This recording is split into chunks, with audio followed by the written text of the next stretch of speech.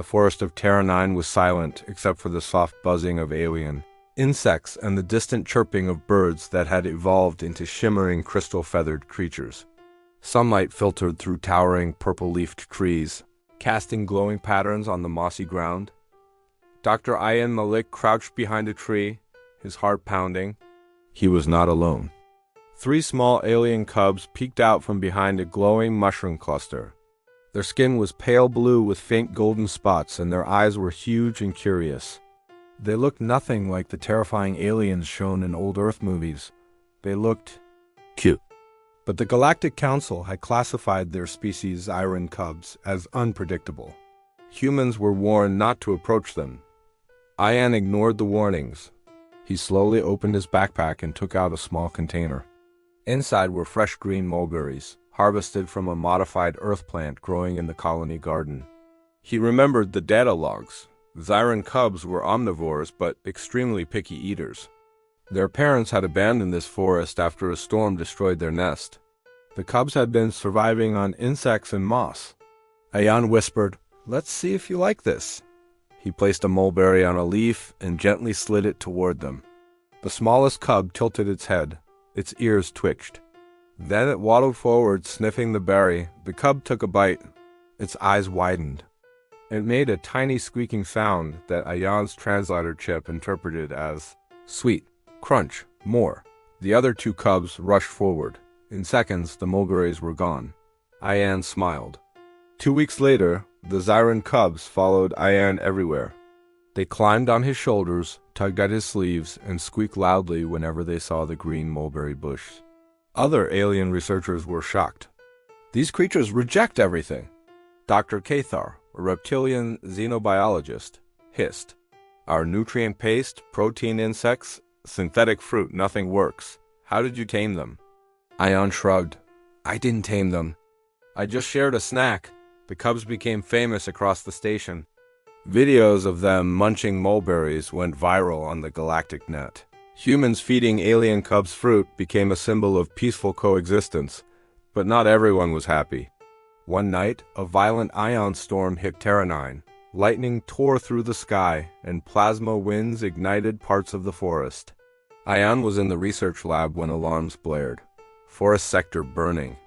Zyran cubs detected inside. Without thinking, Ayan grabbed a protective suit and ran outside. Other species hesitated. Zyran forests were toxic during storms, filled with electrical discharges and deadly spores. But Ayan ran anyway.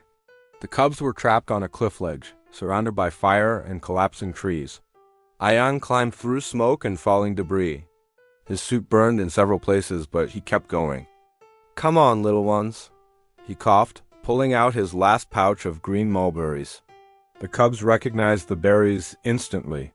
They squeaked and rushed toward him, leaping into his arms.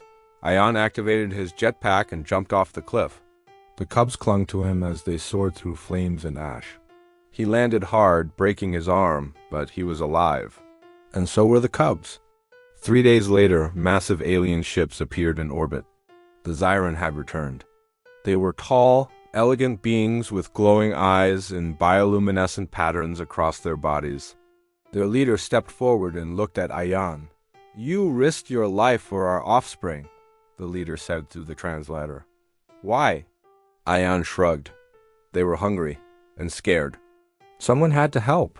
The Zyran leader looked at the cubs, who were happily eating mulberries from Ayan's pocket. "You fed them this plant?" "Yeah," Ayan said. "Green mulberries. Want to try?" The Zyran leader hesitated, then took one. After tasting it, their eyes widened. "Remarkable.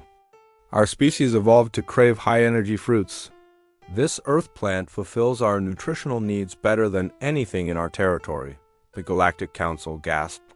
Humans had accidentally discovered a perfect Zyran dietary staple. Within months, green mulberry farms spread across human colonies. Humans exported mulberries to Zyran worlds, creating trade alliances that reshaped galactic politics. Earth farmers became galactic suppliers. Ayan became a legend. But he only cared about one thing: the cubs. Years later, the cubs had grown into tall, elegant Zyran adults. They returned to Terra 9, walking beside Ayan, Children across species watched in awe as the Zyran bowed before a human. "He saved us," one Zyran said. "And he fed us the sweetest fruit in the universe," Ian laughed. "You guys still obsessed with mulberries?" The Zyran nodded seriously. "Forever." Historians would later say that the human mulberry incident was the beginning of the galactic harmony era. Not because of weapons, not because of treaties, but because a human scientist shared a snack with 3 hungry alien cubs and proved something the galaxy would never forget. Humanity's greatest power was not strength, technology, or weapons. It was kindness and snacks.